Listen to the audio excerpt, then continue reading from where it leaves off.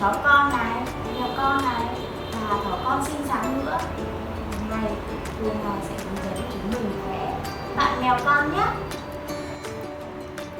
Bây giờ chúng mình hãy chọn bút sáp nhé. Chúng mình sẽ chọn bút sáp màu đen này. Nhớ chúng mình phải cầm bút bằng 3 đường ngón tay này. Và chúng mình bắt đầu vẽ chú mèo con này. Đầu tiên cô sẽ vẽ hình tròn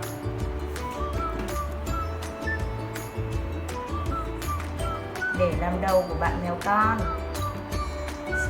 Sau đấy cô vẽ một đường cong khép kín để làm thân của bạn mèo con này. Tiếp đến cô vẽ tai, 2 chiếc tai của bạn bằng hình tam giác. Vẽ 2 mắt.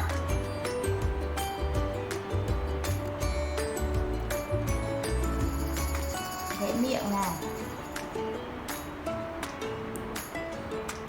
Và râu cho mèo nữa. Chúng mình vẽ râu bằng những nét xiên ngắn. Tiếp đến chúng mình vẽ đến chân của mèo con nào.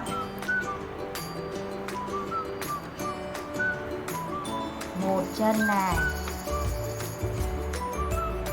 2 chân này,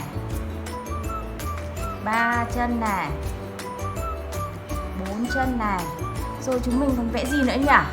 À, còn cái đuôi nữa.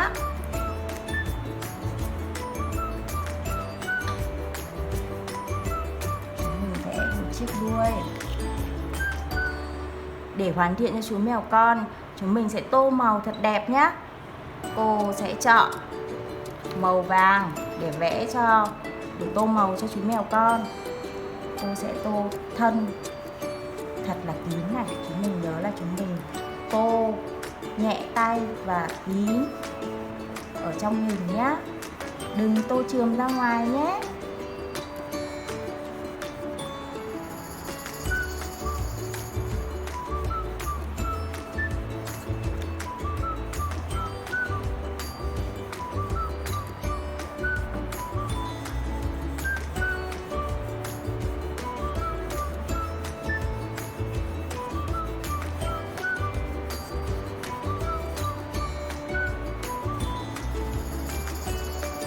Cô tô màu xong thân rồi này.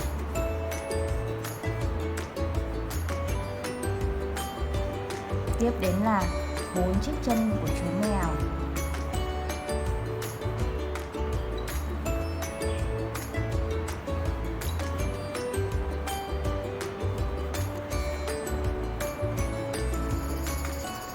Và chiếc đuôi nữa.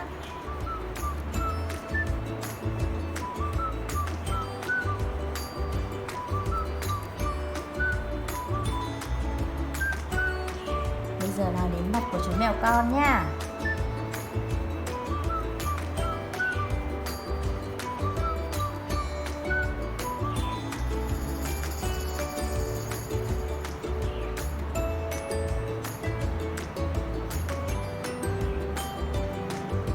Mình thấy không? Chúng mình phải tô thật là khéo léo để không chườm ra ngoài hình.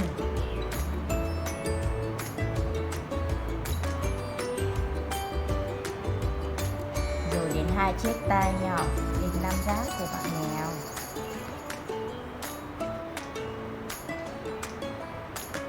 Chúng mình có thể dùng mấy màu xanh để tô mắt cho bạn mèo con,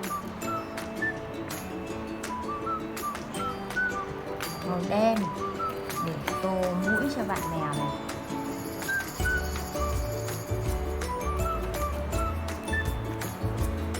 Cô đã hoàn thành xong bức vẽ về bạn mèo con rồi đấy. Cô Nga vừa hướng dẫn chúng mình vẽ bạn mèo con rồi đấy.